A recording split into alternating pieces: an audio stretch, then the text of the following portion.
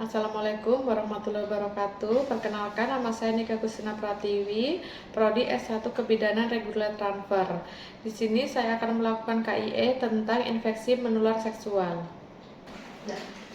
Setelah saya lakukan penjelasan tentang pranikah tadi, Pak Firda, persyaratan nikah, apakah ada pertanyaan? Nggak ada, udah jelas semua kan pranikah tubuh bidan. Oh ya, jadi sekarang saya akan menjelaskan tentang infeksi menular seksual ya Pak Firda atau yang biasa kita sebut dengan IMS.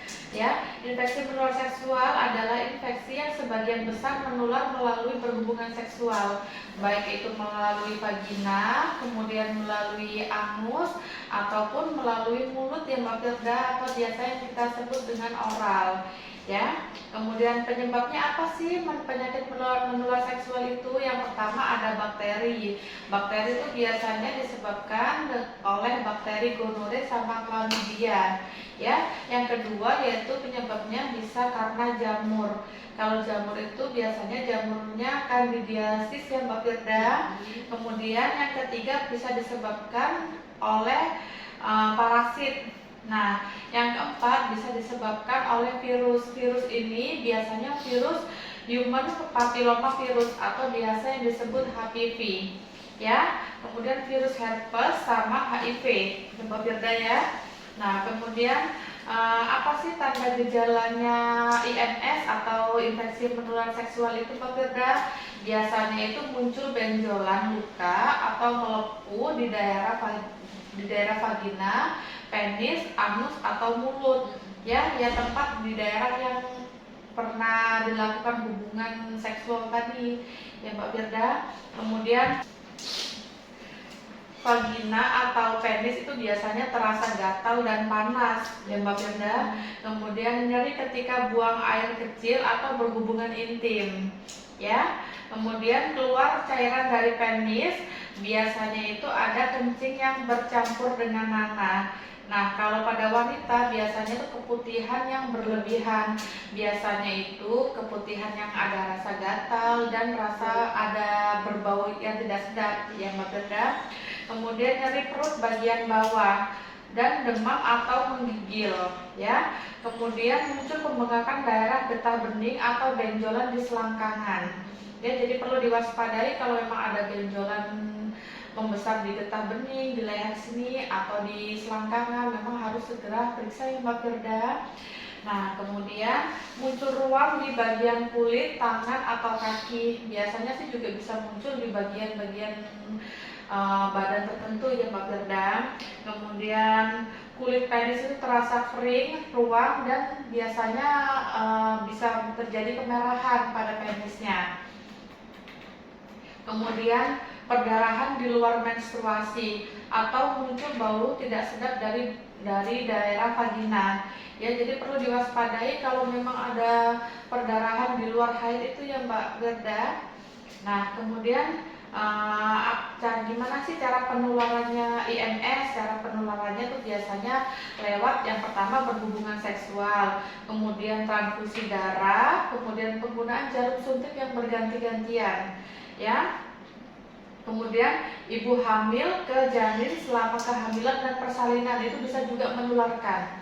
Ya, kemudian pencegahan dari IMS itu ya Mbak Firda, menghindari perilaku seksual yang tidak aman. Kemudian melakukan vaksinasi, terutama vaksin HPV dan vaksin hepatitis B.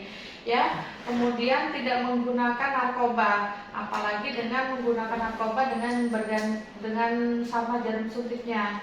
Ya, kemudian habis itu melakukan kesehatan secara rutin, ya Mbak Firda, khususnya yang berkaitan dengan organ reproduksi. Kemudian penderita sebaiknya tidak melakukan hubungan seksual sampai dinyatakan sembuh. Kalau memang mau melakukan hubungan seksual, biasanya ya memang harus menggunakan alat kontrasepsi yang berbeda seperti kondom ya. Kalau seumpamanya muncul di tanda-tanda seperti yang saya jelaskan tadi, nanti bisa Mbak Firda langsung konsulkan ke dokter spesialis ataupun ke bidan. Biasanya nanti akan dilakukan pemeriksaan lebih lanjut, biasanya akan dilakukan pemeriksaan laboratorium untuk mengetahui ini penyakitnya ini ya Mbak Firda. Nah, nanti pengobatannya itu disesuaikan dengan hasil laboratoriumnya atau tingkat ini Mbak Firda, tingkat apa keganasan penyakitnya itu ya. Dari sini ada yang mau ditanyakan Mbak Firda? Udah cukup jelas kok Bu. Sudah cukup. Iya. Minta tolong bisa dijelaskan ulang untuk yang saya jelaskan tadi Mbak Firda. Oh iya. Berarti kalau untuk IMS ini penularannya ada 3 ya. Kayak berhubungan seksual, Iya. kemudian transfusi darah juga bisa, Iya. sama gonta-ganti jarum. Iya. Pada saat pemakaian narkoba. Iya, yang bersamaan jadinya ya Mbak Oh Firda. iya. Ya, nanti kalau seumpamanya ini hanya edukasi aja Mbak Firda. Iya. Apalagi kan Mbak Firda ini kan mau menikah, jadi saya hanya melakukan edukasi. Kali aja nanti di kemudian hari jangan sampai Mbak Firda muncul tanda begitu, nanti segera langsung kontrol ke dokter spesialisnya ya. Tapi moga-moga janganlah ya Mbak Firda. Oke, terima kasih atas kunjungannya Mbak Firda. Nanti kalau seumpamanya kurang jelas bisa datang ke sini lagi ataupun japri aja. Oke Ya. Oke, terima kasih Mbak Firda atas kunjungannya.